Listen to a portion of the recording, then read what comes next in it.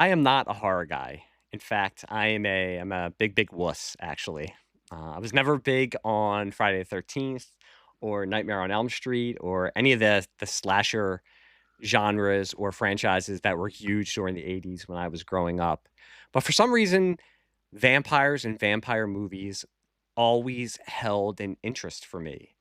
I wasn't totally deep into it, but they were movies that I felt like I could watch, and they didn't freak me out as much as the stabby stabby, killy killy movies of my youth did. I was also, I think, because my mom, who also was not a big horror person, was very much into the vampire genre. She was very interested in the concept of being able to be alive for eternity and never aging. So I just never sat down late at night in the dark and watched those really scary movies. But there was always in the back of my head an interest in vampires and their lore.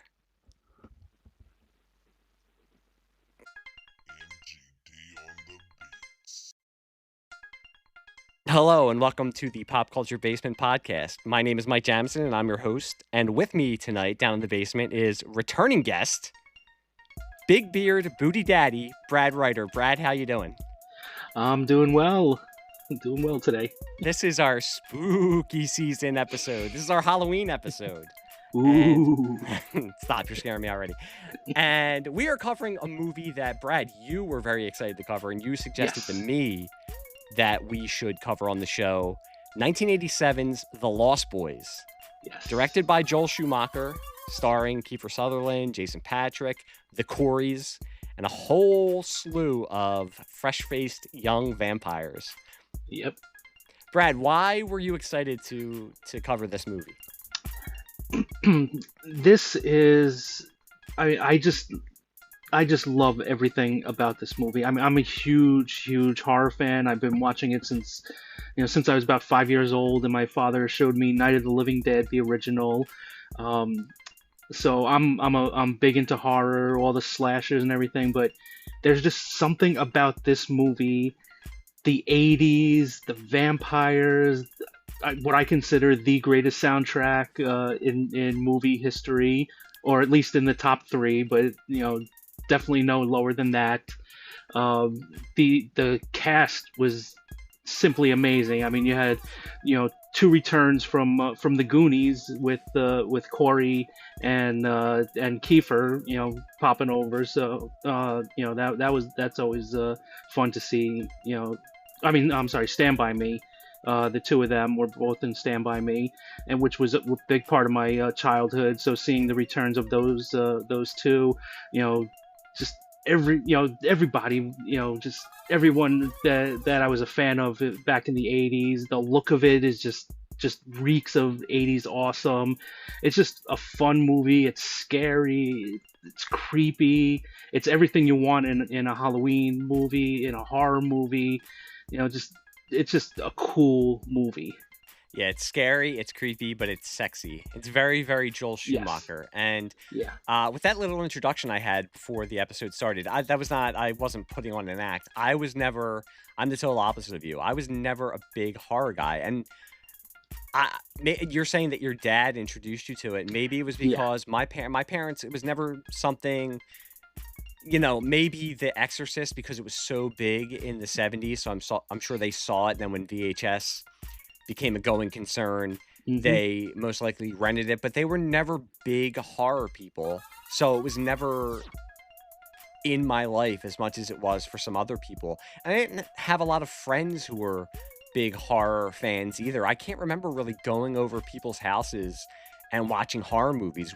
We were more into Porky's or Bachelor Party or those type of movies. It wasn't horror. So maybe it's just a difference. And it's weird though, because the 80s was, and you can, I'd like to hear your thoughts on it. I think the 80s was the apex of the horror franchises with Friday the 13th, with Nightmare on Elm Street. I mean, Freddy Krueger became an icon in the 80s from those movies. Jason became they had video games of Friday the 13th and Yep. Nightmare on Elm Street. Yep, you had those. I mean, you had the you had a couple of Halloweens thrown in there. You had the Hellraiser series. Child's Play was just getting started, and because of all the local mom and pop video stores, you had a slew of just wannabe slasher films.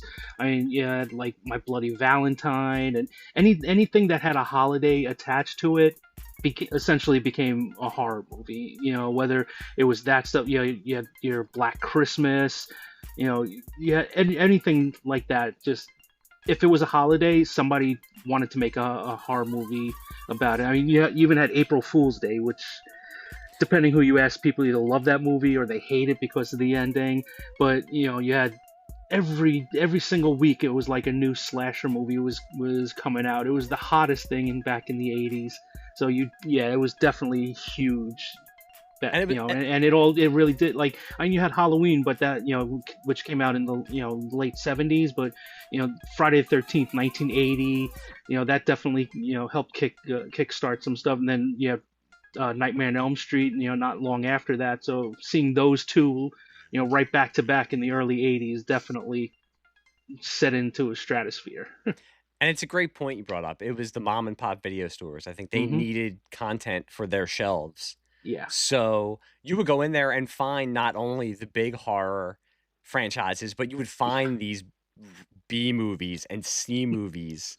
And Clive Barker was pumping out stuff based on Clive Barker was getting pumped out. Stephen King, there was a Stephen King movie, at least 2 or 3 a year. I feel like it's kind of picking up again. Stephen King goes through those phases where there's not a lot of adaptions of his stuff, and then you'll have 3 or 4 that come out boom boom boom, which I feel like we're getting back into now because we've had a couple, or we're going to have a couple with the Long Walk and the Running Man that's coming out in about a month or so. But it was funny that you brought up the Goonies, because watching this and then looking into it, watching behind the scenes material and reading about it, when this was first pitched, Richard Donner, who directed the Goonies famously and directed Superman and Lethal Weapon, Richard Donner was attached to direct this. And when he was attached, it was basically going to be the Goonies, but with vampires.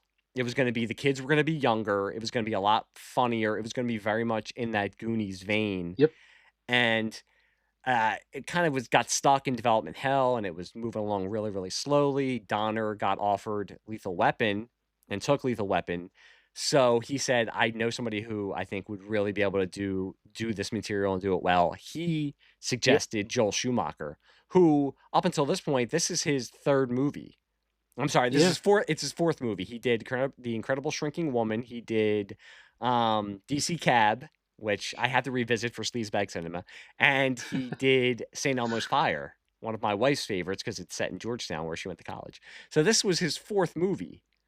And we all know Joel Schumacher now, the Batman movies. Joel Schumacher, his career has always fascinated me because you can't pin him down. Just talking about those first couple movies, Incredible Shrinking Woman, a kind of sci-fi comedy with Lily Tomlin. Then he does DC, like a 50s B level sci-fi type thing. And then he does DC Cab, which is a comedy, but Mr. T's in it. It's like a typical slobs versus snobs 80s comedy. And then you have St. Elmo's Fire, which is a coming of age type of drama with a young cast, which I think he was always very good with young cast, because even after this, doing Flatliners. But which had Kiefer in it. Kiefer was in that one as well. I think he liked his people. When he found somebody, he found people he liked bringing them back. But I think with this movie, with a lot of his movies, but especially I think this is the first movie that you see his sensibilities and his sense of style, because he started out as a production designer. He graduated from the New York Institute of Art.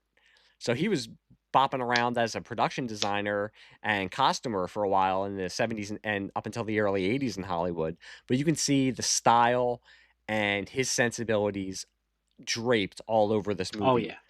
And not to its detriment. I think it makes it even better. Like you said, I don't think people realize how much influence this movie has had over vampire movies going forward after it. Not just in the lore, but also the look of the vampires and Mm-hmm. something about vampires. My mom did always say it, like, you find vampires sexy. Out of all, Yeah. and Joel Schumacher says it in the behind the scenes documentaries on the DVD. You know, Frankenstein's not sexy. The Mm-hmm. Mummy isn't sexy. The Wolfman Yeah. isn't sexy. There is an inherent sensuality to the vampire Yeah. mythos. Yeah, I mentioned to a friend the other day because she had noticed on Facebook that I was watching this movie with Kathy again, and I said to her, "This is the most gorgeous vampire cast you'll find up until Interview with the Vampire comes out," which is actually kind of interesting because not right around the same time you had the release of Near Dark, another vampire movie, but in that one the vampires aren't portrayed nearly in the same vein as this one. I mean, you still had some, good looking ones, but it wasn't that wasn't, the central point of those vampires. In this one, I mean, you have Kiefer Sutherland, with his short blonde hair His and baby the face. beard and the blue eyes and just like the way he gazes into the camera and everything, and you're drawn to these vampires for a reason. I mean, there's a reason that Michael follows Sky. You know, Or it Star. when he well Star. I'm sorry, It's Star. okay. She looks like a Um, Sky. It's either Sky or yeah, Star. She's a hippie yeah. child, so I yes, was it's either Sky or Star. yeah Star. Yeah, when she sees Star, and there's a reason that I mean Jamie Gertz. I mean, you look at her and she's gorgeous in that. So, you know, he's drawn to her for a reason, and it's not because she's anything but this gorgeous woman. So you have these gorgeous vampires, and like I said, up until Interview with the Vampire, this might have been the most gorgeous vampire cast. Yeah, Joel Schumacher talked about it. He talked about casting the movie, and he also he said he was on a call with the investors and with the head of the studio, and said to them, "You're not going to believe the cast we have. How attractive the cast is." And they were lucky because they were mostly unknowns. It's mostly second or third Yep. movies for all of them. Jason Patrick, I think they said it was his second movie after Solar Babies. This was his Hmm. second movie, and he was in that. He was either in that or in a TV movie with Jamie Gertz because Joel Schumacher had envisioned Star as a waifish blonde, and he couldn't find an actress he liked, and Jason Patrick kept saying, Jason Patrick, who did not want to do the movie at first. Joel Schumacher had to convince him because he didn't want to be associated with something that was a horror movie or that he thought was going to be a cheap type of exploitive movie, and Joel Hmm. Schumacher had to convince him, and Jason Patrick suggested Jamie Gertz and said, try her out. I was just in a movie with her. And that's how they found Jamie Gertz. As you said, Kiefer Sutherland, he says in one of the interviews that out of all of the stuff he's done, this is the movie that he's asked about the most when people come up to him and talk to him about his career. And it's Wow. not surprising. Now, Yeah. this was when I was watching the extras and they were from 2004. So who knows Okay. now if they ask him about Jack Bauer, but Yeah. Yeah. Yeah. it doesn't surprise me that they ask him about Lost Boys because somebody Yeah. like me who was not a horror fan was drawn to this movie because of the way that Joel Schumacher made it and because of how smart he was in casting, getting the two Corys, getting Corey Haim and Corey Feldman, which this is their Yeah. first movie together. This is their Yeah. first movie together. Not only smart because they were teen idols, so I'm sure it brought in the young teenage girls who maybe would not be interested in seeing a horror type of movie or a vampire movie. You put Corey Haim and Corey Feldman in it. Oh Of yeah. course, that has a little bit more interest. But you have also Diane Wiest, who was coming off of an Oscar for Hannah and Her Sisters. And Joel Schumacher says, I didn't expect she was going to take it. He was looking for a Diane Wiest type. I've always loved Diane Wiest. Oh, she's fantastic. She is So good. fantastic in the movie. She's so natural in this Yeah. movie. And there's always something about her. There's something so warm about her in most of the roles Hmm. that she plays that she is very much the cool mom. And a Yeah. lot maybe it's because this is probably the first movie I saw her in, so that image of her was implanted on me, but I always saw her as the cool mom. Yeah. And even Edward Herrmann Oh is yeah. great, and this is something he said he was excited to do it because he was coming off of famously played FDR in a bunch of movies, Hmm. and he had done a lot of dramas and a lot of stage work, and to get to be in a vampire movie was Yep. something fun for him. And the cast, all of them, say that they could tell by the way that Schumacher was making it that it was something different. It wasn't something that was just another riff on the Dracula type of vampire movie. This was something that, for its time, it came out in 1987. I feel like 87 is the apex of the 80s. When you hit just the apex of oh yeah, the clothes that you wore in the 80s, the music that you listened to in the 80s, and just the 80ness of the 80s is 1987. And I will say personally, 1987 was my favorite year of the 80s. That was the year the Flyers went to the Stanley Cup Finals and lost to the Edmonton Oilers in seven games. That was my favorite team of all time. But to get back onto the Lost Boys, yeah, I feel like this is it's funny because we say it's an 80s movie, and sometimes when you say a movie is, oh, it's an 80s movie or it's a 70s movie or 90s movie, that can be a detriment because it sticks it in one place or time. But I think it helps knowing that this movie is set in the 80s because it's a juxtaposition of that vampire lore juxtaposed against the bright colors and the music. As you said, it's a great soundtrack, the bright colors and music of the 80s, and that just, it makes it that much better. And that sensibility of the 80s that that the whole cast brought into it, that you can almost say, if they would have made this in the 70s, I think they almost would have said, oh, we're going to make, and maybe, I'm sure there has been a riff on something like a punk rock vampire. I mean, hell, I was going to bring it up near the end, but I mean, you can see with the Lost Boys definitely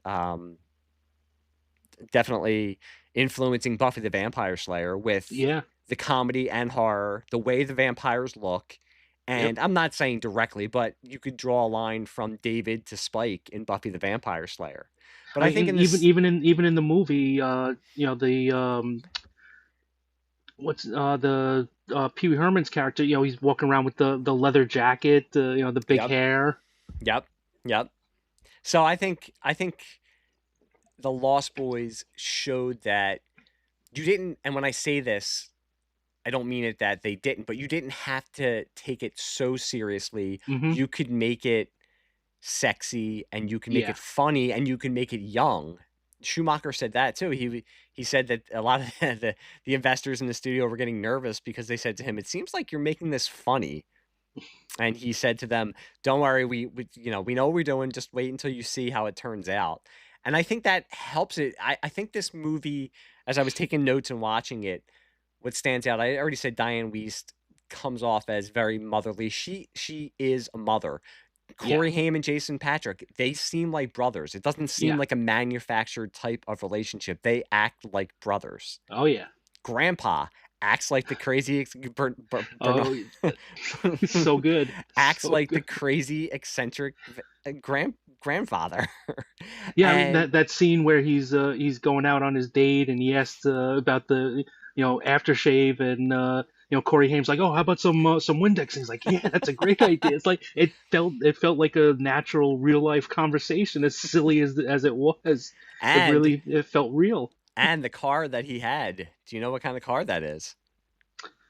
The car that he did not want them to drive. It's a Ford Fairlane.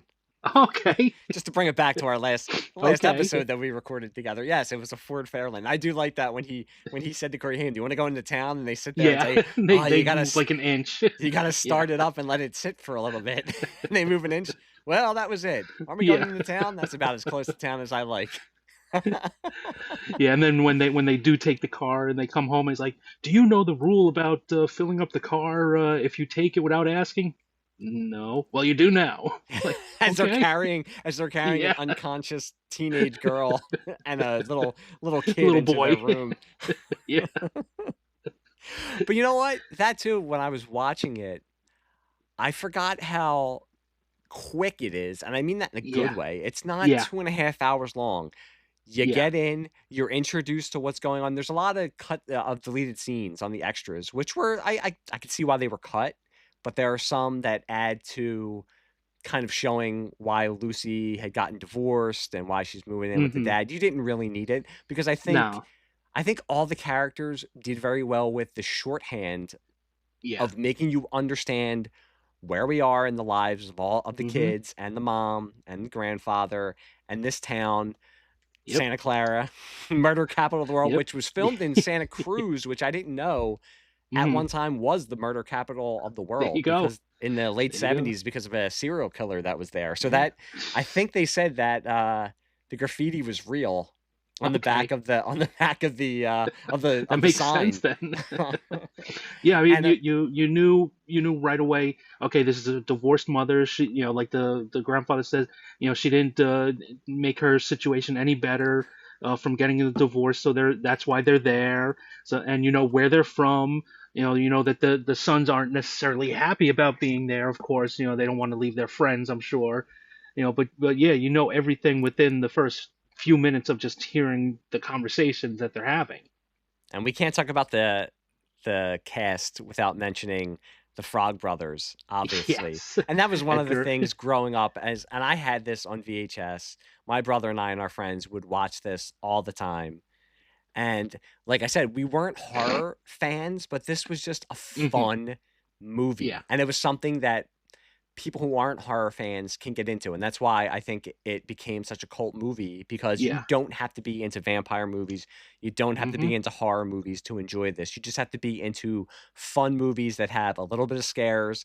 I mean, it's not gory, this movie, at all. So Yeah, that's also a plus. That's why I'm sure yeah, my mom liked it, because my mom was never into like yeah. gory type of movies, but she loved this movie. Yeah, that's one of the reasons why last year when I was started showing Kathy movies and it came to Halloween time, I was trying to figure out, okay, I want, she's not watched horror before, so what can be, what's a good one? We did the two Adams Family movies. We did Monster Squad, which was big, when I was growing up. I was like, I want something else. And I know that this one is not rated for, at the time, she was, 12 years old, but not rated for someone that age, but it still could be something that's good because of those reasons that you said. There are a couple of scary parts, especially the ending after Michael changes and they have the big fight. But I don't have to worry about any nudity. There's one scene, where they're Making love. about to get it on, but Uh-huh. there's no nudity in it that I have to worry about. There's really not any harsh language, a couple words here or there. There's not a ton of violence. It's obviously, vampire movie, so you're gonna have something in it, but it's not something that's where it's like if I put on Friday the 13th or something, Yeah, I no. don't, yeah. So it's not that, but that was, something I was like, so this was actually a perfect movie for a first time or an early viewer. Yeah, I was bringing up the Frog Brothers, and then we're getting off on this tangent, but before I Yeah, forget, you were saying about being able to show it, and there's not a yeah. lot of violence. I do like what Joel Schumacher does with the camera movement, Hmm. like where he suggests flight, and he says they didn't have a lot of money. This wasn't a big Yeah, budget movie, so that suggestion of flight, where he yeah. does the close up of like the roof of the car being ripped off, and it Yep. pulls that camera back, and Yeah, you see the point of view of the victims looking up. You don't yeah, see what they're looking up at, or even just the wide shots of flying over the hmm, ocean, and they have yeah. that one shot of flying back into their cave. I mean, you get what they're going for, and you don't have to show it, but Exactly. that makes it a little bit even more scarier when you And don't see it. yeah, and it adds to the storytelling because later on you find out, like in the beginning, you have this the security guy that goes missing. You have, like when the guy that steals the comic books, he and his girlfriend are in the car, but you're not exactly sure what's going on. And then you have the scene at the beach where David reveals himself, and he's like, "Okay, this is what we are. You're going to come join us," and then you finally see them attacking the partygoers on the beach. So it also helped in the storytelling where little by little we're getting closer and closer to finding out what's going on, what's happening, why we're flying through the sky like that until we get that climax. Yeah, that's a really good point. He does build it up. Joel Schumacher does build it up. You don't see them Mhm. right from the start vamp out. They Yeah, don't really reveal yeah. themselves until that bonfire scene. And that's a great scene where Kiefer Hmm. Sutherland's face comes out of the darkness, and you see the Yeah, eyes, which they said they were wearing hard contacts, which killed yeah, them. That one scene where he yeah, reaches for Corey Haim and his hand burns, and you see the one yeah. tear come down. It's because of how uncomfortable the contacts were in his eyes, but they decided to keep it because it's a It's great a great scene shot. as he cries. Yeah. It's a great shot. But yeah, and even that scene where they massacre them at the bonfire, you're Mm-hmm. seeing everything in quick cut and in Yeah. flashes, and you do see some Oh parts, yeah, it gets really but it like you see like and the you see tops them, of heads coming yes, off and and you see stuff. them throwing the So bodies onto the vampire, yeah, onto the bonfire, but it's not a 5-minute scene of them yeah, totally eviscerating somebody. yeah. It makes it You get even. it. You're getting it from Yeah. Michael's point of view in that he doesn't, well, he knows what's going on, but he Mm-hmm. is terrified because he knows Yeah. now what he is, and he's seeing all this happening, and it's just Mm-hmm. done in such quick cuts. And that comes way after a scene like where they're on the bridge, which is one of the famous scenes where they're hanging Yeah. down. And by the They drop way, down and yeah. I don't know that if this is true or not. I read this on IMDb, but they say the name Michael in this movie 181 times, which I'm gonna have to go back and watch and count it now. I feel like it's true though, because a lot Yeah. all the time, Michael, Michael, Michael. Yeah. I was looking around saying, "Is somebody calling? Who's calling me?"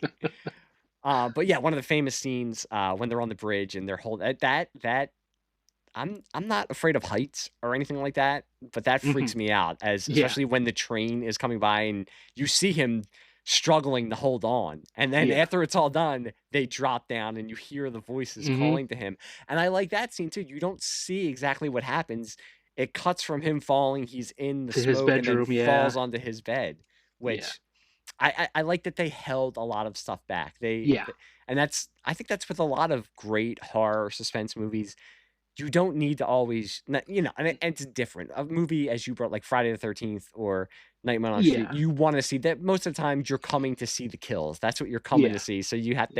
they have to show it in all its bloody glory. But a movie like this, it helps when you're building up and building up until Mm-hmm. finally, and they don't really vamp out that much in No. this movie. I mean, they do, but they're not vamped out for 20, 30 minutes. It comes in quick bursts, but Yeah. it's effective whenever they do it. Yeah. And now Yeah, I mean before the makeup of it is really. I love the look of the vampires. It's different than all the other ones that we've seen before. It's just so cool. Like between just having the different color eyes with the contacts and the way that the brows start to protrude a little bit, and they look different as opposed to just having the fangs. Which we see a lot of, like, you look at stuff like Dracula and stuff. All you see is like the fangs pop out. But this, like, they don't just they totally change what they look like. So it's really cool. they had hired somebody at first and they didn't like what he was doing, which I think it was he was the first person was doing what you thought and what had been done before with Hmm. vampires, and they wanted something different. And this guy came in, he designed that with the foreheads. He put the fangs, and I noticed this in different placement Yeah, in the mouth. yeah. And it's weird to say, but we're saying this is like a sexy cast. It's a sexy movie, even vamped out. Now, they did it with Dracula, with the old Hmm. Dracula from the 30s. Even when they updated it in the 70s, Dracula it has always been a sexual character, and it's usually a Yeah, very good-looking actor.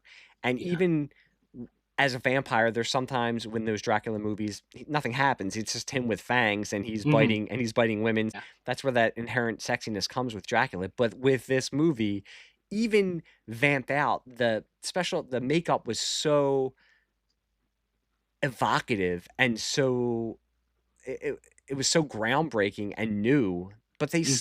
they still retain, and it's weird to say, there's still like an alluring type of quality Yep. with them as vampires. It's still captured, Kiefer Sutherland, Jason Patrick, they're good looking guys. Yeah. So they're vamped out, but there's still a sexiness to them. I mean, even, Alex Winter, famously, Hmm. Bill and Ted, this was one of his Yep. first movies, Alex Winter, and the other vampires in the Lost Boys gang, Yeah. even when they're vamped out, you could still tell they are good looking. They're good looking fellas, and Yeah. that adds to that allure. It's not just, you didn't just have Kiefer Sutherland with a pair of pointy teeth in his mouth and he's Hmm. going, I'm going to suck your blood. No, he can be scary, but he can still be sexy. And Yeah. I think that's the code that Joel Schumacher cracked. And that look for vampires, I brought up Buffy before. I think you see it in Buffy the Vampire Slayer, the TV show. They kind of Hmm. stole that look a little bit, where it's that bumpy kind of forehead and bumpy kind of face when they vamp out. They stole that from the Lost Boys, saying vamp out. The Lost Boys did that first when they said vamp out. So Buffy stole that also. So you see, it went beyond. I'm sure Joss Whedon was watching and was a fan of this movie. Definitely. But I'm talking about vamp out. And I brought it up, and then we got off on a tangent. The Frog Brothers. Yep, Edgar and Allan. Edgar and Allan Frog. And you know what? I've always been jealous because that comic book store looks so cool. Friggin' awesome. So even as I was watching it 2 nights ago, I was like, oh man, and it's a real comic book store in Santa Cruz. Yeah, I mean, I'm not a big comic book person, but even I was like, oh, that is just a cool store. And Warner Brothers movie, so they're all talking about DC Comics because it's all Warner Brothers. The owner of the store. Speaking of comic books, I mentioned a few weeks ago, maybe about a month or two ago, when I was rewatching this again, I had mentioned to you, oh, this is the original Superman versus Batman, and at first you didn't really get it because you hadn't seen this in a while, but directed by Joel Schumacher, produced by Richard Donner. That's right. And this was just practice for Joel Schumacher. He was moving up to the big Bat Cave after this one. But they also had to throw in some Superman talk, of course. Yes, Lori Lamar's his mermaid girlfriend. But the owner of the store is actually, you see him in one of the scenes, and it's not actually on the boardwalk, the store. Okay. It's in Santa Cruz proper. And they said it's moved now, but it's still open. It's still the same owner. But yeah, the Frog Brothers, Corey Feldman said that Joel Schumacher came to him because in the original script, again, when it was still Goonies, Goonie vampire hunters when they were younger, the Frog Brothers were supposed to be Cub Scouts. Okay. And they were Cub Scouts who were and they were total comic relief. Now the Frog Brothers are comic relief in this, they don't know they are. And that's what makes them funny, is that they're playing it straight. I think in the original script, they kind of had them almost like Data from the Goonies, and they're they're going to have these gadgets and they're Cub Scouts and they're going to chase after the vampires. But yeah, Corey Feldman said that Joel Schumacher told him, I need you to play it more butch. I need you to play it. And he said, go over the weekend and watch Rambo movies and watch Chuck Norris movies. And I need you to play it like that. So that's why he's playing it that way. And you have Jamison Newlander. I want to say Jamison because he spells it like my last name. Jamison Newlander. He's perfectly deadpan also. Yeah. So they have great chemistry together. I mean, that was the thing as a kid watching this. That's who you want to be. You want to be. Oh yeah. You want to be the Frog Brothers, or you want to be Corey Haim, because that's the dream. Hang out in the comic book store all day and go chase after vampires. Yep. Oh yeah. Yeah, that I mean, growing up at that time, even after this, it's like, oh, the two Coreys, you wanted to either be them or be friends with them. But you wanted to be around them, and like you said, this was the first time that they were together, and you either wanted to be the cool comic book geek with the chasing after vampires, or you wanted to be the guy with the interesting but cool fashion sense. And I was gonna bring that's what I was gonna bring up next. When I say this is the apex of 80s, that and Corey Haim's, they talk about that in the making of his wardrobe. Oof, there are some choices there. He's got the duster jacket with the gray and white and blue with the designs on it. He's got the one shirt. That one shirt looks like something I would have worn in 1987. It's got the stick figure people on it with pink and purple, and I probably would have had a pair of Jams with it also. And even his room, he's got the Rob Lowe poster. He's got the Molly Ringwald poster in there. I think he's got Amazon Women from the Moon. He has a poster, and of course his grandfather, who is a taxidermist, keeps bringing in the stuffed animals for him. Yeah, and just throws them in the closet as he's trying to go to bed and just looking at the stuffed. I think it's a stuffed beaver. Yeah, the beaver, and then he wakes up and you have the owl right there. Corey Haim's got a great scream it's like very natural. He's like ah. And I do, when I said that they seem like brothers. They do. The scene when Jason Patrick, when he finds out that Jason Patrick is a vampire, And he says, "You're a vampire, Mike, a shit-sucking creature of the night. Wait till Mom finds out." Yeah, It's yeah. funny. It's not anything else. The first thing he thinks of is wait till I tell Mom. Yep, it's Like, funny, but it's not, it's not wacky. It's not done like, yeah. oh, look at that. It's funny. That's what. It's something what a 14, 15-year-old kid would say to his older brother. Yeah, and I You was an know? older brother, and listen, I was not cool like Jason Patrick, so my brother and I didn't exactly have that Yeah. type of relationship, but I knew what it was like to be an older brother. And when they pull up and they're moving into the grandfather's house, they walk into the kitchen, and you can see the pot plant outside the Yeah. window, and you see Michael like tap him, Yeah. and point to it, and they're laughing, and I like that there were cut scenes. So there are scenes where Diane Wiest and Jason Patrick have a little bit more time together, and he's saying, "I Hmm. want to get a job, and I might not be going back to school in the fall." So when he comes walking in, and she's sitting there, and she's like, "Hey, aren't we friends Are we still anymore?" friends? And Yeah. now, and maybe you feel this way too. Now, as a parent, I see it in a totally different way, and I get it. Yeah. And I love how she is in that scene. Again, Hmm. she could have played the mom as the hippy dippy mom, because you could tell. I think you could tell that Oh yeah. she's playing it as the former hippie, and it's 1987, so they're in that, everybody in that love generation Yeah. now is starting to get Well, divorced, and now they have kids. he also mentions his star, how his name almost became Yes, Moonbeam or Moonbeam. Moonchild or something like that. He had the hippie parents too, Yeah, so she definitely still had a little bit of that vibe to it, but but also the vibe that she had to grow up. yeah, and you could. It's just, she plays it that they have a relationship. You buy that Yeah, relationship, that she yeah, has a relationship with her kids, and she's saying, "Hey, you're not talking to me anymore." And yeah. I know it now, having a teenager. Maybe I should check every once in a while to see if I could see his reflection in a mirror. But the one word like, "Yeah, we're still friends." Yeah, no, I believe me, I know what that's like. Lucy, I Yeah. get you. I totally feel you.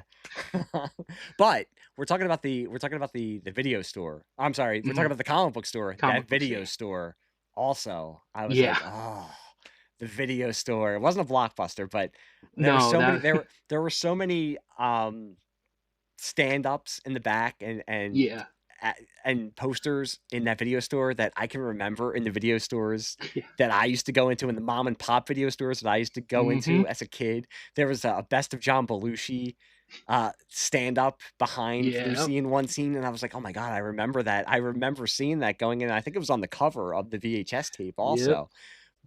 She is introduced to Max, and Edward Herman, great character actor. I know him. Yes. My first experience with Edward Herman was in MASH, Yeah. because he Oh was a yeah. guest, one of the better guest stars on MASH, and one of Yep. the better late In season one of the episodes. incredibly intense Yes. scene at the end there.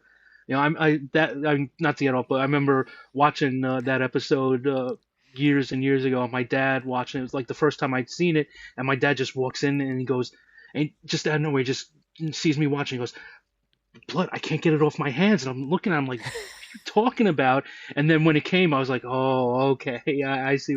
And that was like one of the scenes that he remembered very, very well.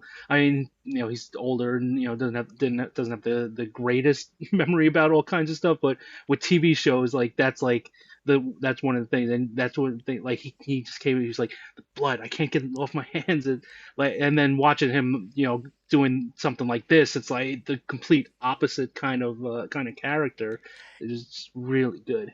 Yeah, he said that he was excited to play something more modern because he had been in so many historical dramas, and he is playing. We're talking about the wardrobe. He has got Hmm. the quintessential. Yeah. He's got the collared shirts, but they have the Yep. squiggly '80s lines on them. He's got the short ties, and Hmm. the big broad-shouldered puffy jackets from the Yep. '80s. I mean, Everett Herman, man, he is. Collar up Yes, he at is times. 1987 to a T, and Yep. he's also great in this movie. And I know the twist that's coming, but I Hmm. like how they build it up.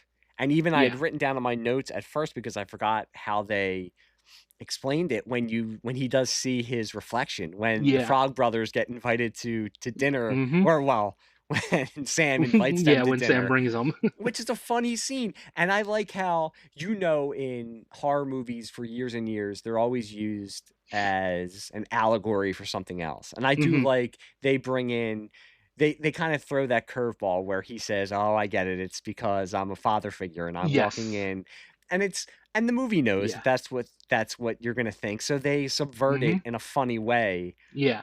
But I wrote down, I was like, okay, well, how does he see his Because he was reflection? invited. Because I Yeah. know you're right, and it's okay. I mean, listen, everything adds Mm-hmm. to the mythos. I've never heard that in a vampire movie that if you're invited in by someone, then all of a sudden it renders that his Yeah, I mean powers. the whole thing. I know the whole mythos with that is in order for a vampire to enter, they have to be invited. So it's not even that you have to invite them and then you lose all your power to not see them in the their reflection or the garlic or whatever. But it's that they have to be invited to even enter into the house. So like at the end when the Lost Boys are all bombarding the house, it's like they weren't invited. Why are they? So it's kind of Yeah, like they're taking part of the mythos, but also making it its own, which I kind of like that. It's like, all right, we're gonna take the invited part, but we know we have to get the other guys into the house, so we're gonna kind of change up the mythos here.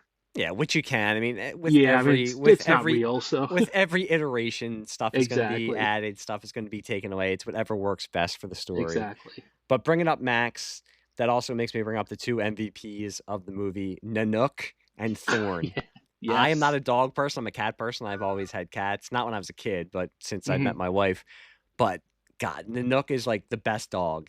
Yeah, Only followed by Thorn. I know Thorn is evil, but hey, he was looking out. He was he looking was. out for his master, man. Yep. That scene as a kid freaked me out because I didn't like dogs as a kid because I didn't grow up around Hmm. dogs. So seeing that dog chasing after Lucy as she's running away and just Yeah. like smashing through the gate, I was like, oh, whoa, okay, Yeah, that is a very frightening scene because just this rabbit, you don't even know if it's a rabbit dog, but this dog, and he's pounding through the gate and almost getting her. What the heck is going on? This dog knows her. What's going on? And that even goes back to again with Sam and Mike when Nanook protects him and jumps on him Yeah, and bites him. And yeah, when Sam says to him, "What'd you do to my dog, you asshole?" And he's like, "I didn't do anything. He bit yeah, me." yeah. I mean, Like we I haven't. said to I said to I said to Kathy because we had watched a movie the week before with with dogs, and I was like, dogs always know when something's Yeah. going on. We watched The Sixth Sense, and the dog was barking, barking at the ghost. It's like dogs always know when something's around. And even last night or the other night when we watched it, I was like, dogs always know. Yeah. But I'm bringing up. I keep talking about the brothers. I haven't really talked about Jason Patrick. Jason Patrick. This Yeah, was one of. I'm surprised he did not become a bigger star than. I mean, yeah. he's known, but he never became that huge big star that maybe they thought he was going to be. I remember in like '91 when Rush came out, the movie Rush, and I'd read Hmm. the novelization of it. It's a good. It's a good. Or I'm sorry, it was the book that it was based on, and that's great. Yeah, It's a good movie. He's very good in it. Um, you could see that he comes off as a very serious actor, but yeah, his vibe fits in with this yeah. in that he's the older brother. He Hmm. loves his younger brother, but he's also like, all right, I got to deal with my younger brother. Yeah. I always bought him as maybe 18, 19, like he's in college already. He's a little bit older Hmm. than Sam. He wants to rebel. I do like when he gets the earring and Sam The says to him, earring, "It's yeah. not you, Mike." Yeah. But his I mean, vibe, I think his vibe even works with that it. the scene we were talking about earlier when he falls back into his bed because it's the next day, and it's like, and Lucy's like, oh, you have to watch your brother because I'm going out on this date, and he's like, he doesn't need a babysitter. He's like, no, I don't need a babysitter, mom. Yeah. It's like, Again, that's very much the teenage when he's on the phone, he's like, "Hello." yeah, It's like, "Are you just waking up?" "No, no." I I feel Lucy's pain now as a yeah, parent.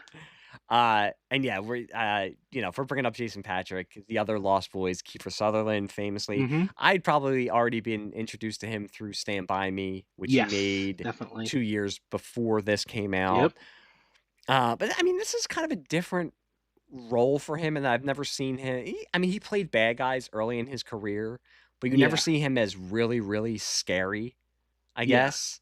But you do in this movie and all of the. I mean, the other Alex Winter, obviously, you notice him because he, Bill and with Bill Ted's, and yeah, Ted, that he became, he got a little bit more famous. But I like. First of all, I like the way they look. I like the hmm, way they dress them. I like how they explain that they had the earthquake and that it used to be the Yeah, the hotel that hotel. Yeah, fell into the fault, and that's where they are. And it's just cool that they have the Jim Morrison poster up on yeah, the wall. If you're going to be a vampire, I mean, why wouldn't you worship Jim yeah. Morrison? Oh yeah. I mean, Especially, they look like they're in their, they're maybe their late teens, definitely early 20s at the oldest. They look like they probably, maybe 22 at the oldest. So that they were definitely listening to the Doors. yeah, and So famously, like in the stand, they all in that one part that they brought up that Jim Morrison survived, and of course he was on the he was on the side of evil. So Jim Morrison would either be a vampire or he would oh yeah, probably he'd be somewhere causing trouble oh yeah, somehow. But definitely. I do like that Joel Schumacher did bring that different type. I think before this, I think vampires were still seen in that very much kind of Count Dracula way where they have to Hmm. be very slick men of refinement. And with Yeah. this, it brought in that idea of like these younger kind of punk rock kids. In the cutscenes, there's more between the Lost Boys and the other gang is the Surf Nazis. That's what it says Okay. when you watch the end Yeah, credits. in the credits. Yeah, I was noticing. I was like, are they really the surf Nazis? And then it's like, well, we didn't see a lot of them, but it kind of makes sense in the '80s, and Yeah, there were. you could see where Joel Schumacher got his Yeah, idea for Bane and Batman and Robin because in the part where the girl and the guy are in the car reading the comic books, the guy's just grunting and like, and yeah, I'm like, oh, yeah, it sounds like yeah. Bane from Batman and Robin. But yeah, you brought up them listening to the music, and we brought up the music earlier. The soundtrack to this quintessential 80s, and I mean that in Yes. all the best ways. I was Yep. disappointed that on the DVD it includes a music video for the Lou Gramm song, which isn't a bad song, but I'm Hmm. like, you can't give me Cry Little Sister on here. Yeah. I don't even know if they officially released that as a single or not.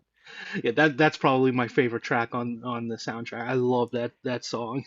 Yeah, that The is the Cry most Little Sister. associated, Yeah. and that's something that has stuck with me. I will every once in a while just sit there and I think I said it to you, just go, "Thou shalt Yeah. not kill." I can't sing. Yeah, it's great because Uh, they use that song all throughout, especially with certain vampire scenes. So it's great, like just hearing that very that very dark, thou shalt not, section. So you could just use that at the perfect time of that movie. It was just so the music was like using it was like its own kind of kind of dialogue. it totally fits with the movie. It's Yeah. perfect. It's a perfect fit for the movie. We have the Echo and the Bunnymen cover of People Are Hmm. Strange. Uh, Not my favorite Doors song, but I think the Doors actually do it better. It's not terrible. Yeah. There's that little bit of menace that Jim Morrison always brought to it Yeah. that when I But it was watched it, 80s, so you had to have, yes, you it had to was bring, Echo and of Buddyman were course, definitely yes, 80s. In yes, excess. yes, yep. That was a great track, Which to I think use. Joel Schumacher directed one of their earlier videos, so I don't know if he Hmm. called in a favor there. Could have been, yeah. But of course, if this movie is known for the Frog Brothers, if this movie is known for how do you like those maggots, Michael, or the Yeah. worms, or if it's Yep. known for all the goddamn vampires at the end, it's also known for the saxophone guy. Tim. Yep. And I sent you something earlier You did. today. You did. He is going to be appearing in Philadelphia. We are recording this before a couple of weeks before Halloween, even though you will be listening to this the week of Halloween. He is appearing in Philadelphia or in the Philadelphia area around, I think it's at October 25th. And yeah, I mean, I'm debating whether I should go see him. I should see if I get an interview with him. I'll say, hey, I just There did a you go. podcast. I'm doing a podcast on the Lost Boys. I should look for him on Twitter and see if he's on Yeah. Twitter and see if I can Well, contact him. I know he's on Facebook. I've been following him for years. You can always try contacting him through that. But yeah, you can throw it on like a special feature after this. That's right.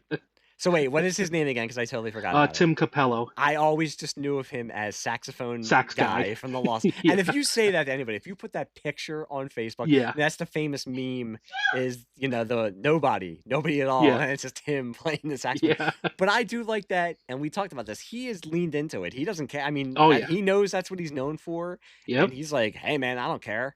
I was this super built guy, oiled up, playing a saxophone in the 80s. Yeah. I said to Kathy the other day, I was like, isn't that guy really shiny? Because he had all the oil on him. Maybe that's where. Like, yep. Maybe that's where they when they did the vampire movie. What's the vampire movies with the shiny vampires? Maybe that's where they got the idea from. Which you're bringing up, by the way. Did you notice when you rewatch this, when they kill the vampires in The Lost Boys, the blood has sparkles in it? I didn't know. It does. I'm sitting there watching it, and they on IMDb they say they put it in there to make.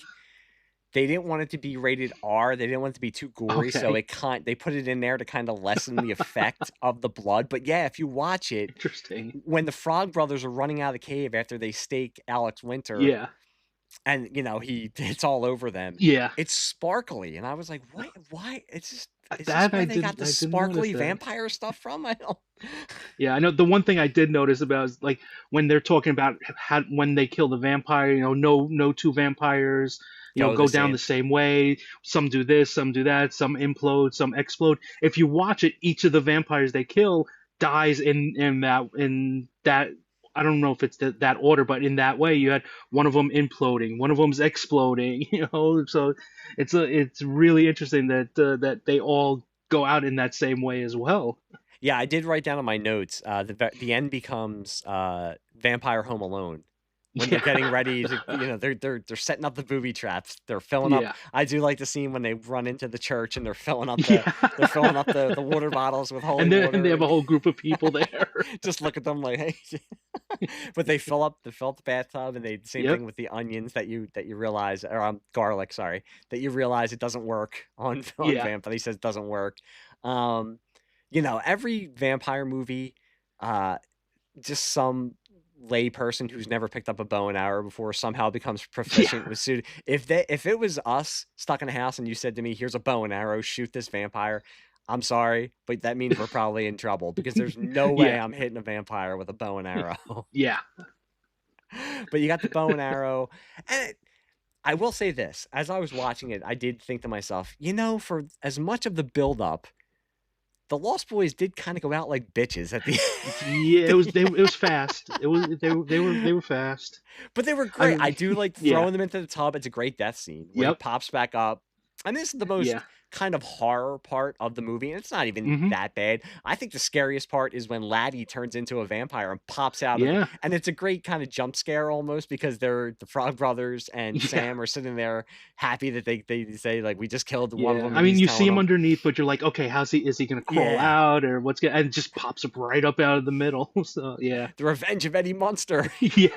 That and the blood sucking Brady Bunch. There's a lot of good lines. There are. But that with the bow and arrow, that's death by stereo. But even the Michael and David fight, it's not long. It's not really long, and you could tell that they didn't have that much money, so they couldn't really do too much. So now, have you seen any of the sequels? I have not. They came out so far after, and I was always like, should I see it? Because it's the Lost Boys. It's kind of like I kind of want to see it because at least they're bringing back a couple of the characters, because the Frog Brothers are in it and stuff. But I just can't. It's like it's something about where I'm just like I just can't. Well, it's one of those perfect movies from your youth that you don't want to see remade. And it does lend itself to have a franchise. I know they've done comic books and they've done Frog Brothers comics, and you can do stuff in that world. I mean, they bring it up on the DVD on the extras. They were talking about the Lost Girls, which would basically be the same thing, but it's just going to be it's going to be teenage girls this time. And the Frog Brothers, if they would have done it closer to when the original came out, maybe 2 or 3 years after, I think there would have been more interest. But by the mid to late 90s, I mean, Corey Haim and Corey Feldman had Yeah. both kind of sunken into their own addictions and were having problems, and then really were only making type kind of like direct to video movies. So Mm-hmm. they weren't. I don't think if they were going to try to get it made as a big budget Hollywood movie, I don't know if Corey Haim and Corey Feldman by that point were going to be able to bring in the Nah. audience. And they did eventually make a sequel to it, but it was basically a direct to video. I think they've Yeah. made what, two They sequels made to it? two. Two, Yeah, right? there were two. Yeah. And I've never seen them either. I'm just like, what's the point? It's not gonna bring anything Yeah. new to the I was table. kind of interested a couple weeks ago, and then I went to check, and it didn't look like they were playing. They were streaming anywhere. So I was like, all right, I'm SOL on that. So Yeah, even if I wanted to. they have them on Amazon, but do you really want to spend the Yeah. money to get No. the 3 movie pack of like 2 other movies that you'll never watch again? I Yeah. mean, The Lost Boys, you're introducing it to your daughter. It's a movie that you're gonna, not even at Halloween, you just want to put it in and have a fun Yeah. movie. You're gonna watch it, but I seriously doubt that you're gonna say to yourself, "Hey, you know what? Let me watch The Yeah. Lost Boys 2." I think it's called The Tribe or Yeah. something like that. Yeah. And Joel Schumacher had nothing to do with it. I Yeah. mean, of course, Corey Feldman's going to do it. I mean, unfortunately for him at the time, Mm-hmm. it's not exactly like he was popping up on marquees everywhere. So, Yeah. Yeah. Exactly. and they had said to him, "Oh, we should do something with the Frog Brothers. They would be in Washington, and they find that vampires have taken over the government." I mean, who would ever believe that? Yeah. Right. Not now, anyway. You Yeah. should go have a look into Stephen Miller and see what's going on with that guy. Yeah. But yeah, I mean, watching this, it's another movie that, for me, growing up, had it on VHS, rented it all the time. But then it was one of those movies when I first started buying videotapes and had my own money and could buy videotapes. It was one of the first movies I bought because I knew I wanted to Mm-hmm. watch it over and over again. It's a great movie to watch with friends in a Oh group, yeah. and it's a great quotable movie, like we brought up. Oh yeah. Everybody knows the scene with the maggots. Everybody knows the Frog Brothers. Everybody Yep. knows the guy with the saxophone. Yep. And everybody knows the music. I've been listening to the soundtrack. It's on Apple Music, so I've Yep. been listening to it driving to work for the last couple days. It's just, and you got to watch the video, the Lou Gramm video. The song's not that bad. I mean, all the songs on Yeah. the Yeah. soundtrack are good. It's just that's not I guess because it was Lou Gramm from Foreigner, they released that as Mm-hmm. the music video because they figured he's a known name. But oh man, the video is just pure 80s with the mullets and the like military type of ripped up military jackets and baggy Yeah. pants, and it just brought me back to being in my basement watching MTV Yeah. and watching this movie. It's, for me, as somebody who is not a horror guy, who is not going to sit down and watch a slasher movie, this is the perfect movie. Oh yeah. And I was glad that you suggested it for the Halloween episode, because this is a Yeah. movie I love watching. And I think it's lightning in a bottle It is. that Joel Schumacher has always been a director, as we brought up before. He has been in a million different genres. He has made Batman movies, he's made The Lost Boys, he's made John Grisham movies, Mm-hmm. but he knows the assignment, and I mean that in the best way, in that Yeah. he's not going to make something that is, oh my goodness, it's up for 7 Academy Awards. He's going to make something that is crowd pleasing, Yep. is stylish, and is technically well made. I Yeah. mean, he had a very interesting career, and he said that he wasn't going to do this when it was first the Goonies as, vampire Yeah. hunters. It wasn't something that he wanted to do, but he went back to the studio and to Richard Donner, and Richard Donner fought for him to direct it because he said, "I can't do it like this." He's like, "I'm not going to do it, but if you want me to come back and do it, I'm not going to be able to do it the way that Joel Schumacher can do it." Mm-hmm. He can bring a unique vision to it, and I think he did, and that's He why did. Yeah. this movie is still talked about all these years later. That most definitely. Yep. And to quickly go back to the movies and everything, one thing we didn't really touch on was the reveal of the head vampire. Yep. Which I thought was which I thought that was just really terrifically done, because the whole time you're kind of thinking, okay, is David the head vampire? Because he's the leader of the gang, he's the one that everyone follows, And then when in that scene after Michael kills him, and he's like, "No, well, I'm Nothing's still a changed. Yeah, vampire," nothing's and changed. Star is like, "No, I don't feel any different." And then like a second later, you have Lucy come home with Max, and it's like he walks over to him, and you're like, "Okay, something. Oh, there you go. That's that's the big thing is that Max was the big the head vampire, which watching it years later and realizing what the title The Lost Boys is really putting forward. It was taken from Peter Pan. Yep. They're the Lost Boys from Peter Pan because they can't grow up. Vampires can't age, and so he's the Peter Pan to their Lost Boys. So yeah, so really like so you there is another person on top of that, and having it as this guy who like as they walk into the video store and you see him side eyeing them, and it's like all right, they're just the group that comes in to annoy him all the time, so that's how he knows them, and it's like no, there's something even deeper than that.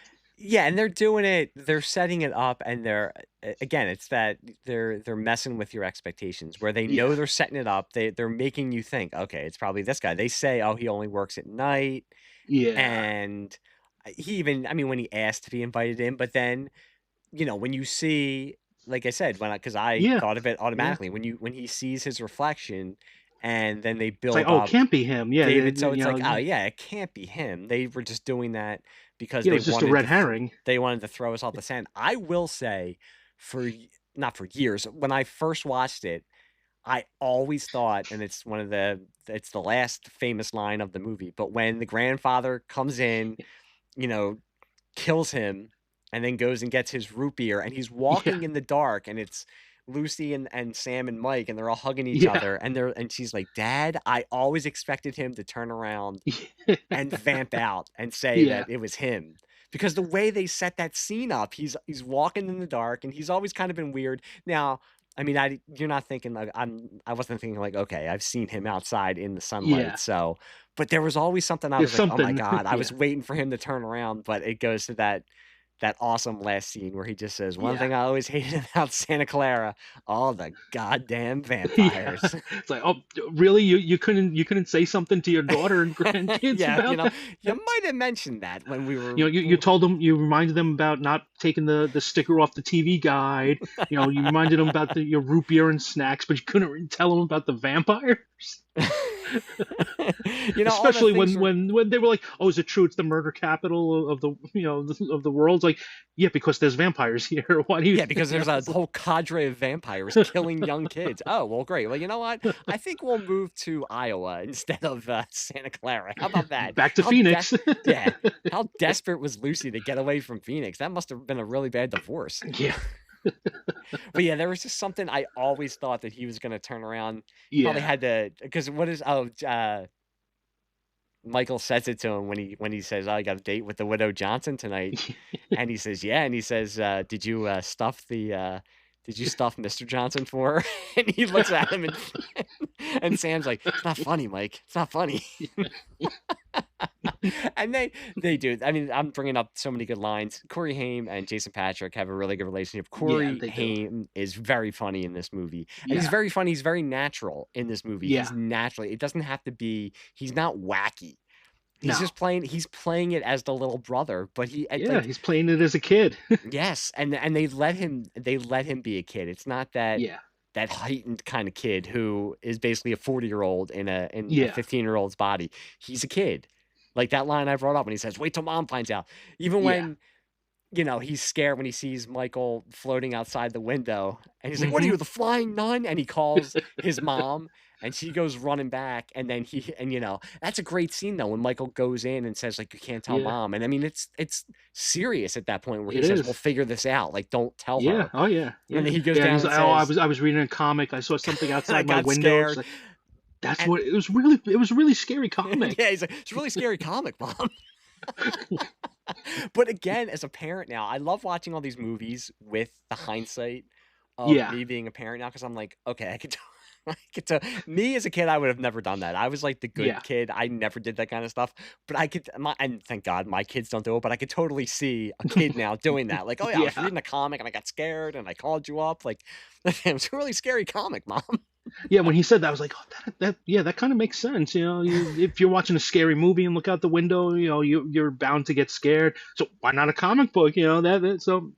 And Grandpa has all these stuffed God, stuffed animals around the house. Come on. there is no way I could have lived in that house with all the No. stuffed animals. If I woke up and saw that stuffed owl next to my Yeah. desk, where he's and Yeah. he opens Yeah. up the closet and there's just all the stuffed animals that he's Yeah. been giving And him. the other conversation that was really great thinking about it, I think, you know, with the they talking about the closet and everything, is where she goes in and she, you know, she opens up the the closet doors a little open, and Sam's like, Mom, and she's like, you have to close the closet door. He's like, you know, I think that's why I divorced your father, because he didn't believe in the closet monster. It's Yeah. like that's a conversation that a mom would have with their kid. You know? Yeah, even when he says, "Oh, can I sleep in the room with Yeah. you?" and she's like, "Yeah," after he had, and again, she seems like the type of mom she's just been divorced. She's trying to hold it together. She Hmm. loves her kids, so she gets mad at them. But then he Yeah. walks in and he says, "Can I sleep with you?" And she's like, "Yeah, sure." And then she says, Yeah. "Whoa, did Then he somebody has eat the pizza? garlic. You smell like garlic." And he has the garlic all around him, and he just tightens it tightens it around him. I mean, Yeah, even the dog, you know, Nanook, you know, he was like a real dog. You know, he was on the bed with Michael. yeah. You know, You would think he that was that saving dog. him. Yeah, you would think that that was Corey Haim's dog. Yeah, I mean, I yeah, don't know who they had as an animal trainer on the set or whatever they had, but I always loved Nanook. It made me yeah. always want. I think he's a Malamute. Hmm. I think I've loved those types of dogs. Yeah, And I'm being serious, just because I'm like I want a dog like Nanook. It's so cool. yeah, It's just a cool looking dog. But even we're yeah, bringing up all these great lines. There's a cut scene that they have on the DVD where when they're at the dinner and Max says, "I know what's going on here, and you know, kids need discipline, and you can't let yeah. them get away with this stuff." So there's a cut scene where Lucy goes, when he had said to her, "Tomorrow night at my place we'll have dinner," and Hmm. the cut scene is her showing up and she sees Thorne, and he says Thorne apologizes. They go into his house and it's super total 80s. It's all fluorescent lighting, and he's got like a jukebox that's lit up, and Gosh. he says to her, you know, she says, "Oh, I'm still worried about my boys," and he's like, "Oh, you know, boys are like weeds. You gotta let them grow a little bit." And she says, "I thought last night you told me that they need discipline." He's like, "Well, what do I know?" And he's like, "Maybe that's why I'm still a bachelor." And I was like, it's a shame that they cut, because you want Max to be a good guy because he Yeah, is so charming, and yeah. that's the perfect, you know, they're as we said, they're setting him up and then they pull it back where you Hmm. think, okay, maybe he's not, and it makes you. This is the great type of movies where you know what's going to happen. You've seen the movies a million times, and I still think like, it'd be nice if he wasn't the bad guy, because Max Yeah, would be. I could see it. They could have lived. He could have been their stepfather. Maybe she yeah, should have let herself get vamped out. They could have been the yeah. blood sucking Brady Bunch. They could have all lived together. She was about to too for a I moment. well, yeah, she was gonna do it and they showed makeup tests where he looked a little bit. It was a different type of look for him, and I'm Hmm. kind of glad they went with what they did. They Yeah, kind of go overboard with it. You could still tell it's him. He has the one. It's not corny, but he a little over the top where he like sticks his tongue out when he first yeah, vamps out at her, and I was like, that's the only part where it's like a little bit campy, but it's not that bad. It's just yeah, and maybe he's kind of got to, because he's been so, you know, you don't see him as the scary type of guy, yeah. Edward Herman. So he's kind of, I mean, he's made up and he's got the vamp stuff, but he's got to have that little extra little oomph to get us to buy that. This guy's gonna before he's staked by Grandpa. I can't remember what the song is that the truck plays. Yeah. I want to meet the Widow Johnson. I needed a Yeah. sequel where it should have ended. They should have had a cutscene where he's marrying the Widow Johnson. I do like when she hugs him and he's like, "Oh, my hair." I mean, for as much as I would never want the taxidermy, but he's like a grandpa you want, where Yeah. he's a little crazy, but he's gonna let you get away with whatever you want to, Yeah, and pretty much.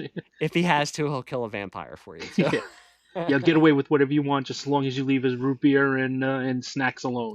And don't Yeah, rip the don't rip the stickers off TV of the TV guide. guide. Yeah, Grandpa, you know, that was another great scene. You have a TV guide. You have a TV? No, we have the TV guide. If I, who needs a TV if you have the TV guide? I just read which what's in there. I mean, kids today, they don't know. It's kind of true. Yeah, Yeah, you really wouldn't need a TV if you have the yeah, TV guide. They would yeah. give you a nice little blurb of what was going Yeah, and on. walking into the house and Sam's like, "There's no TV." You know what that means? There's no TV. There's no MTV. And MTV, yeah, obviously, that at was, that time, yeah, man, that was MTV. God. Yeah, the music videos. So And I didn't even have MTV at that time. I didn't get it until 2 years later. So I was probably like, man, you guys are lucky. You had MTV in Phoenix. Mom, Dad, can we move to Phoenix? Come on. yeah, why'd you move out of Phoenix again? Cable TV hasn't even reached Southwest Philadelphia yet. Come on. But yeah, I think over the last hour, I mean, I was excited to watch this because Yeah, I hadn't seen it in so long, and it's one of those movies that you don't watch it for a while. And I was like gearing up. I was like, all right, I'm going to be in for a good time tonight. This is hmm going to be fun. I can't wait to watch this. yeah, And then sometimes you watch those type of movies and you're like, oh man, it's not as good as I remember it.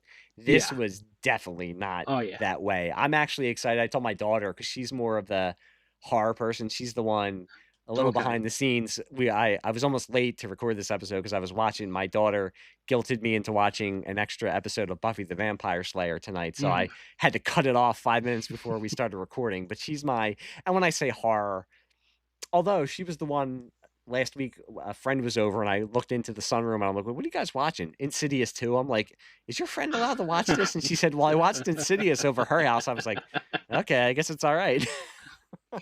So she's the one who would be up for. I think my son would like this too. Yeah. Again, it's not. I mean, what did your daughter think watching it? I mean, this is one that she actually asked for because we're doing the horror again for Halloween. Last Yep. week we did The Sixth Sense, and this week I was trying to figure out what we were gonna do. I was thinking, maybe Poltergeist. That's also a good one for a newer or younger Yeah. viewer. And there's an episode of Twilight Zone that this movie is based on, so I was gonna show her that plus the movie. So I was like, oh, we can do that, and she's like, can we watch The Lost Boys? I was like, all right, cool. And so yeah, this is one that she really likes. So there's a bunch of '80s movies that she's really taken to. Goonies, she absolutely adores that one. Gremlins is one of her favorite, which is actually funny. Last year, we watched it around Christmas time I was because gonna since it's a say, Christmas yeah, horror sure. movie, and she enjoyed it. And then they watched it at her school. Her teacher showed it to them. So Really?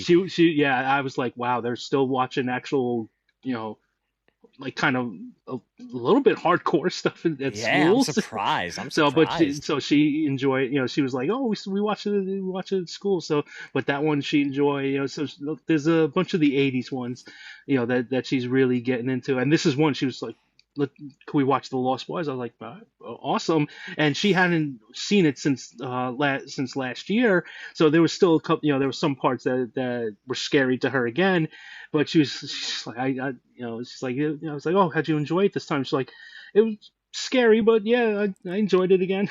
So, Well, you should take heart and know that you are doing a good job as a parent if she is thank saying you. to you that, hey, I want to watch I want to watch The Lost Boys. I want to watch Yeah, Gremlins. I want to watch Goonies.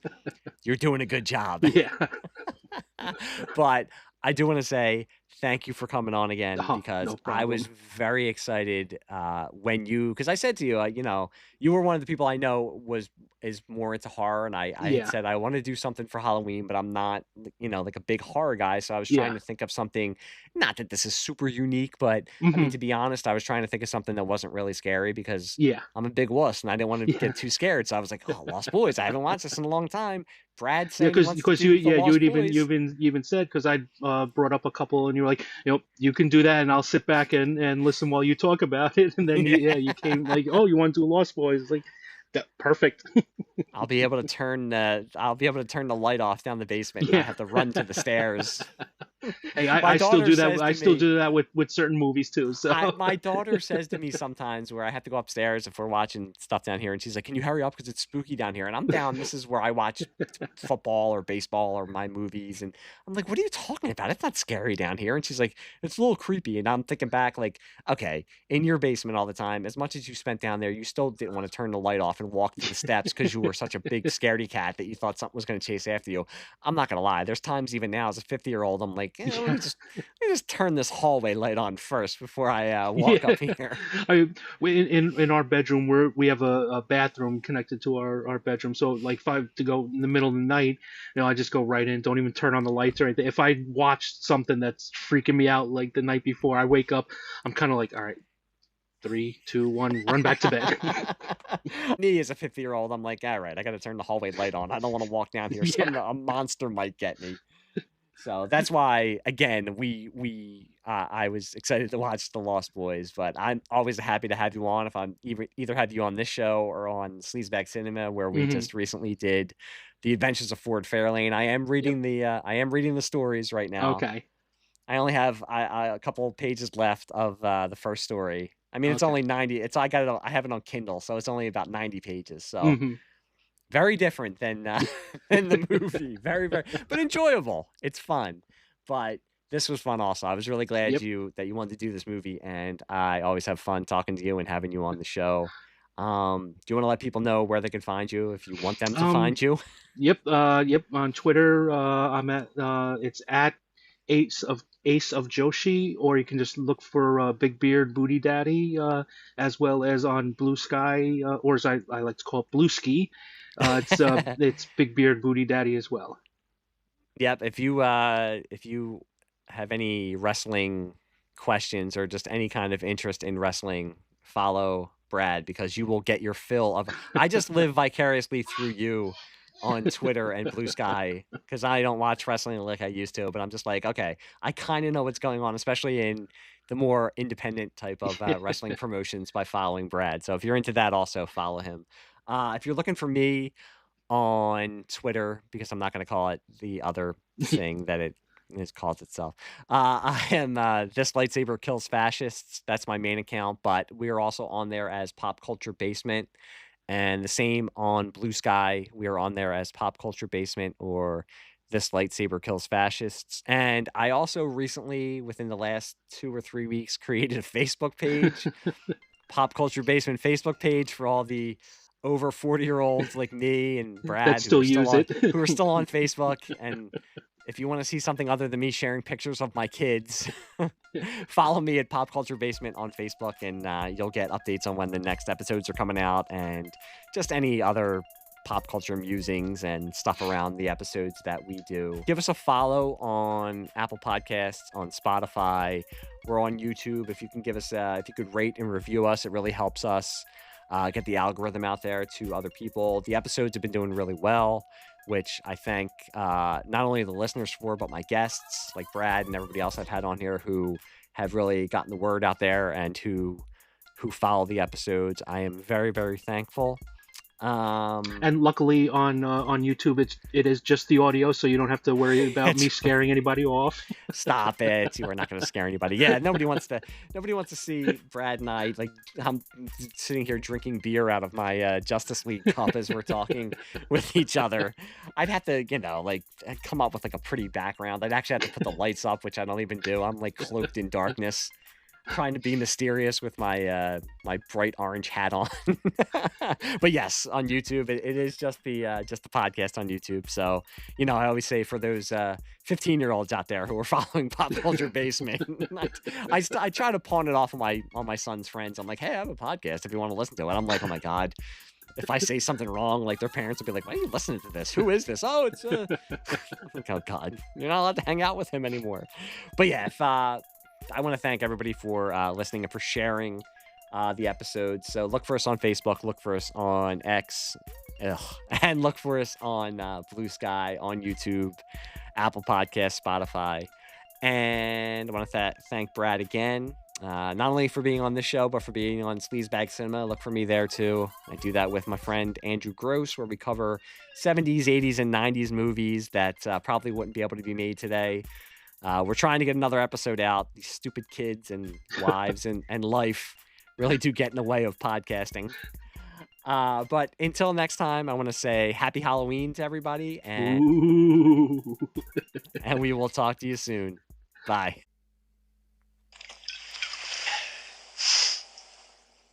One thing about living in Santa Carla I never could stomach. All the damn vampires.